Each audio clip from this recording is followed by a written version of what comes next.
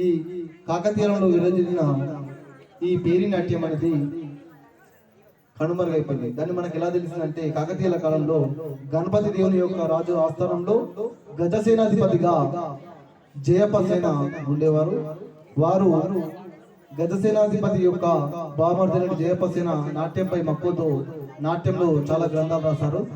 నృత్య రత్నావళి, సంగీత రత్నావళి, వాద్య రత్నావళి అనే గ్రంథాల ద్వారా ఇది వెలుగులోకి వచ్చింది. దీన్ని చరిత్ర మర్చిపోయిన కాలంలో పద్మశ్రీ డాక్టర్ నటరాజ రామకృష్ణ గారు తెలుగు ప్రాంతాల్లో సందర్శించినప్పుడు అక్కడ మనకు వరంగల్ 1000 స్తంభాల గుడి, రామప్ప టెంపుల్కి వెళ్ళినప్పుడు అక్కడ ఉన్న శిల్ప భంగిమల ద్వారా ఆధారంగా అరే ఇక్కడ శిలా సౌందర్యం ఉంది కాబట్టి ఇక్కడ నాట్యం అనేది విరజిల్లిందని గ్రహించి వారి గురువుల ద్వారా మరియు వారి యొక్క ప్రయత్నంతో చరిత్ర ఆధారాల ద్వారా ఈ నాట్యాన్ని మళ్ళీ కనుమరుగైపోయిన ఈ పేరుని శివతాండవాన్ని తన ఊహాజ్ఞానంతో మళ్ళీ వెలుగులోకి తీసుకొచ్చిన వారు పద్మశ్రీ డాక్టర్ రామకృష్ణ గారు. మరియు వారి యొక్క శిష్యులైన వారు మా గురువు గారు భీమన్ మాస్టర్ గారు. భీమన్ మాస్టర్ గారు మనకు నిజామాబాద్లో శాస్త్రీయ నృత్యానికి నాంది. వారు బాల్వాలలో సేవలు అందించి వారు మాలాంటి వాళ్ళని హెల్ప్ చేశారు. మరియు మా యొక్క జీవిత లక్ష్యంగా అంటే మనిషి పూర్తిగా మనం ఎందుకు ఈ భూమి పైన వచ్చామని చెప్పేసి మా యొక్క కర్తవ్యంగా మేము ఈ పేరు నాట్యాన్ని రాష్ట్ర అధికారిక నృత్యంగా తీయడానికి కోసం ప్రయత్నం చేస్తున్నాము. ఎందుకంటే భరతనాట్యం అనేది తమిళనాడు రాష్ట్ర శాస్త్రీయ నృత్యం. కూచిపూడి అనే గ్రామం తూర్పు గోదావరి డిస్ట్రిక్ట్ లో ఉంది కాబట్టి అది ఆంధ్రప్రదేశ్ వారు మహారాష్ట్ర శాస్త్రీయ నృత్యంగా వాళ్ళు తీసుకెళ్లారు.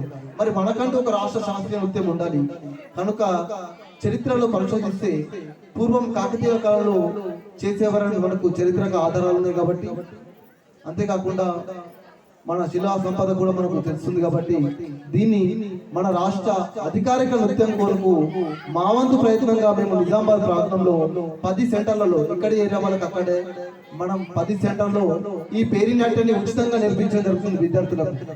ఎందుకంటే ఈ మనిషి పుట్టిన మా భూమి అరే ఏం చేసినామంటే పూజలో కూడా మనం ముందు చెప్పుకుండాలి. ఒక కళా సంపదను ముందు వస్తున్న తరాలకు మనం అందించడం వల్ల ఉంటాం కాబట్టి మా అంతు ప్రయత్నంగా మేము 1000 మందికి శిక్షణ ఇవ్వడం జరుగుతుంది. నిజామాబాద్ లో ఎక్కడైనా సరే మీరు ఎక్కడ ఉంటే అక్కడ ఏరియాలలో మనం కమ్యూనిటీ హాల్స్ మరియు గవర్నమెంట్ స్కూళ్ళలో అన్ని గవర్నమెంట్ స్కూళ్ళలో కూడా మనం పర్మిషన్ తీసుకుని నేర్పించడం జరుగుతుంది. కాబట్టి మీ యొక్క పిల్లలకి ఇది నేర్పించడం ద్వారా ఏమి ఉపయోగం ఉందంటే ఆరోగ్యం వస్తుంది, ఆనందం వస్తుంది, ఆధ్యాత్మికంగా మరియు సామాజికంగా చరిత్రకంగా చాలా ఉపయోగాలు ఉన్నాయి. అంతేకాకుండా నేను జీవన వృత్తి నేను డాన్స్ లో MA కంప్లీట్ చేశాను. అందరికీ చాలా డాన్స్ అంటే ఏముంటుంది అనుకుంటారు వాళ్ళు. డాన్స్ లో సర్టిఫికేట్, డిప్లొమా కోర్స్ మరియు MA కోర్స్ కూడా ఉంటాయి. అలా మనకు గురుకుల స్కూళ్ళలో కూడా మ్యూజిక్ టీచర్ గా కూడా మనకు డాన్స్ నేర్చుకుంటే కూడా మనకు అలా వెళ్ళచ్చు. నేను మహాత్మా జ్యోతి బాబుని గురుకుల స్కూల్లో కూడా డాన్స్ మాస్టర్ గా సేవలు అందిస్తున్నాను.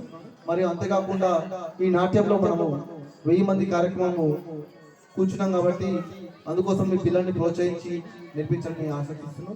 మా గురువు వారి ఆశీర్వాదంతో ఈ పేరి నాట్యాన్ని వీక్షించండి. ధన్యవాదాలు. ఓం శ్రీ గురుభ్యో నమః.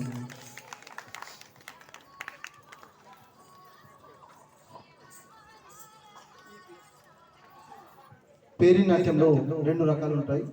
స్త్రీలు ప్రదర్శించేదాన్ని లాస్యం అంటాం. లాస్యం అనగా సుందర, సుకుమారంగా, కోమలంగా, మధురంగా, లాలితంగా చేయించేదే లాస్యం. ఆ తర్వాత తాండవం అంటే శివుడికి ఉద్భుతమైన గంభీరమైన వీరాసంతో ప్రదర్శించేదే తాండవ నృత్యం. ధన్యవాదాలు.